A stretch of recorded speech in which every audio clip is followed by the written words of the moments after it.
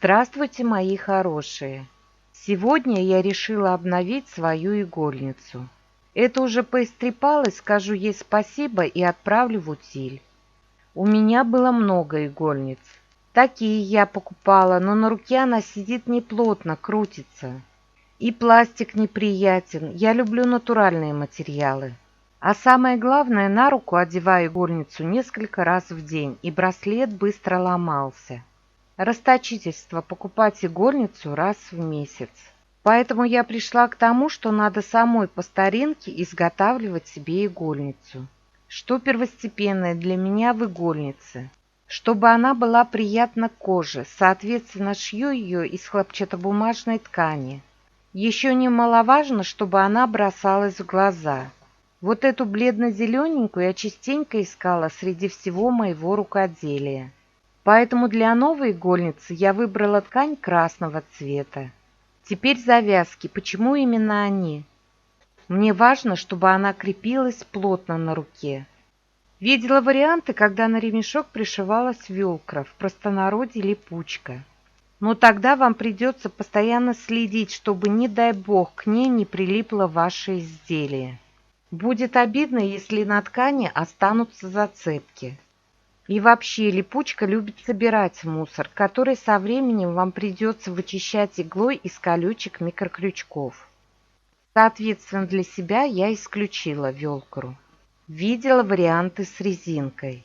Я считаю, что резинка также непрактична, так как латекс со временем рассыхается и резинка слабеет.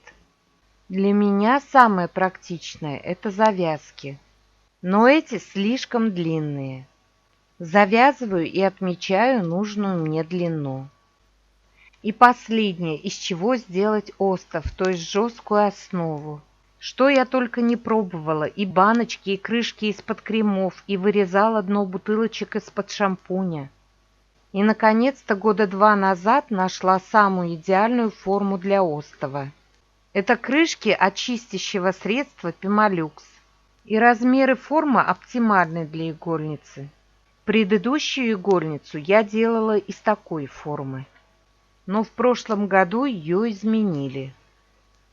Боковая стенка стала более трапециевидная. Мне кажется, этот вариант будет даже удобнее, чем предыдущий. Приступаем к изготовлению самой добротной игольницы. Сначала надо вырезать 2 круга.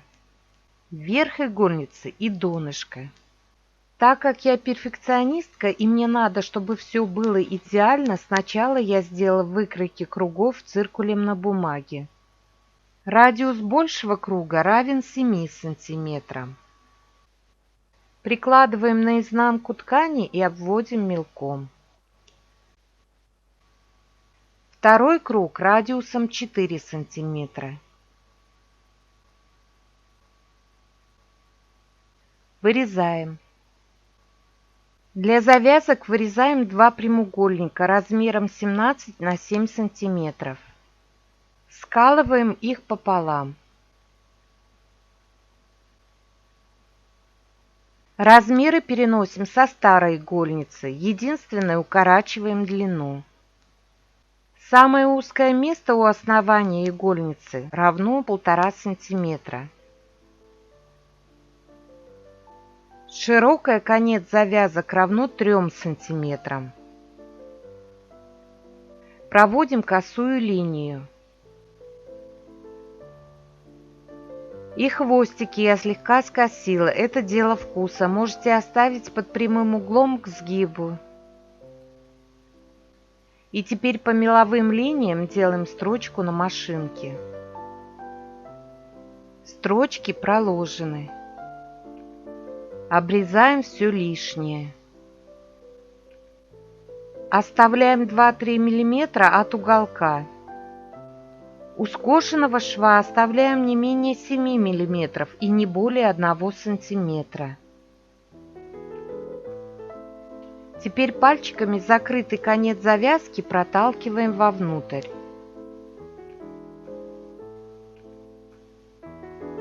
А дальше помогаем ручкой и проталкиваем, выворачивая всю длину завязки.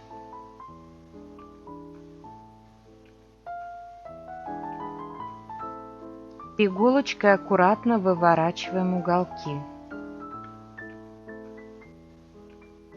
Отпариваем, и завязки готовы. Пока отложим их в сторону. Далее на одной игольнице вырезаем круг из картона радиусом 2,75 см. Я вырезала из коробки от краски для волос. Этот круг будем обтягивать кругом из ткани радиусом 4 см. Я хочу поделиться с вами маленькой хитростью. Мне уже не 16, с возрастом зрение ухудшается. И чтобы вдеть нить в иглу, тратила много времени. Нитевдевателем я пользуюсь давно для нанизывания бусин на нить.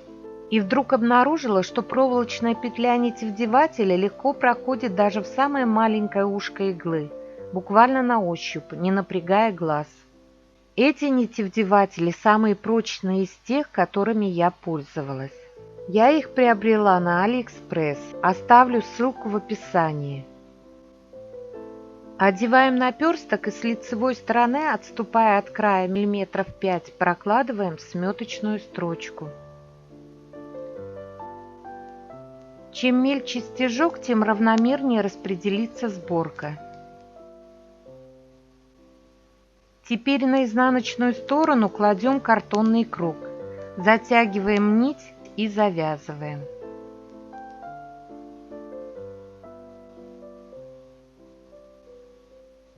Дно игольницы готово. Берем крышку и заполняем ее синтепоном. Рвем его помельче, чтобы он равномернее распределился в крышке. Мало, надо еще, чтобы синтепон плотно с горкой заполнил крышку.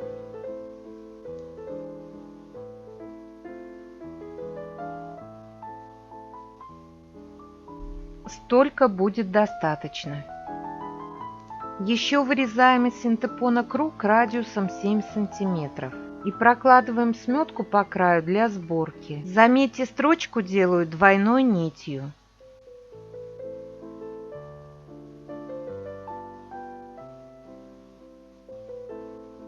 Берем крышку с синтепоном внутри, кладем ровно в середину круга.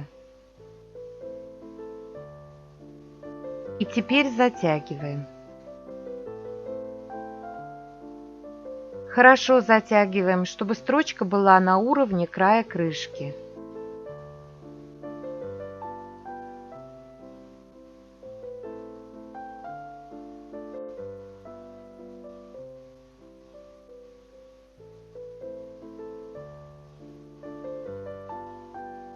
И теперь, зацепляя край круга стежками по диагонали, сильнее его стянем, чтобы круг плотно облегал крышку.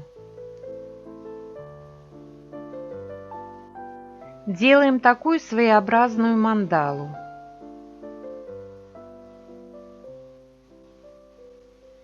Можете загадать желание.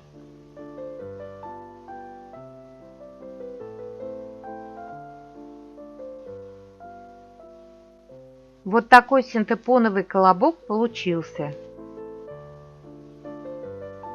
Далее опять же двойной нитью делаем сметку по краю круга из ткани радиусом 7 см.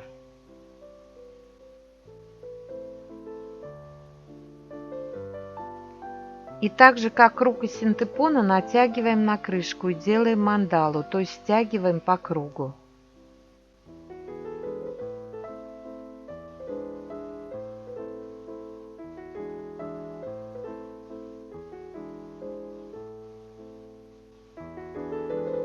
Вот что получилось.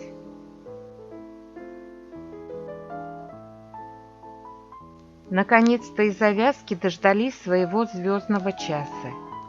Берем их и пришиваем к основе игольницы, заходя на дно 1,5–2 см. Пришиваем их покрепче.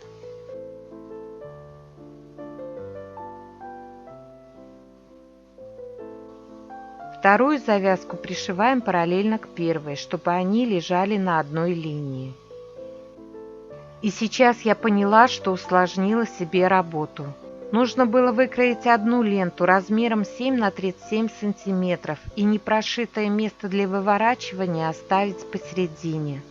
Тогда и пришивать можно было бы не так крепко, а просто прихватить по краям круга дна игольницы. И осталось последнее – пришить дно. Запрячем узелок и мелкими стежками пришиваем дно по кругу к основе.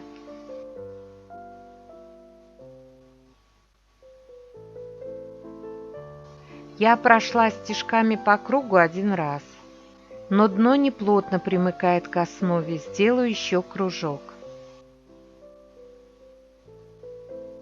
После второго круга дно плотно примыкает к основе.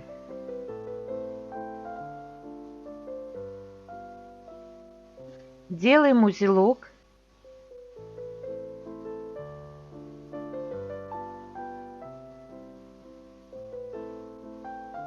Для надежности 2.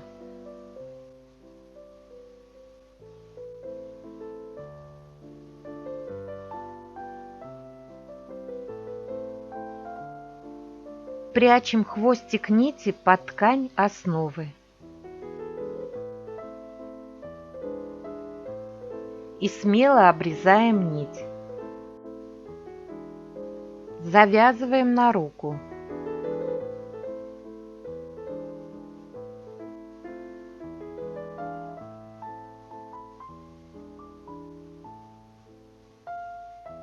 Самая идеальная длина завязок. Но в отличие от завязок, сама игольница получилась не идеальной. Пока монтировала видео, я ей успела попользоваться и поняла, что темно-синие цветочки мешают глазам искать иглы. На прошлой старой игольнице не было такой проблемы. При выборе ткани надо было рассыпать на ней иглы и посмотреть, не мешает ли рисунок взгляду. Но ничего страшного, годик попользуюсь и сошью самую идеально добротную игольницу. Надеюсь, вы учтете мои ошибки и у вас получится идеальная игольница. Спасибо за внимание. Творческих вам успехов! А те, кто впервые на моем канале, не забудьте подписаться и нажать на колокольчик, чтобы ничего не пропустить. До новых встреч!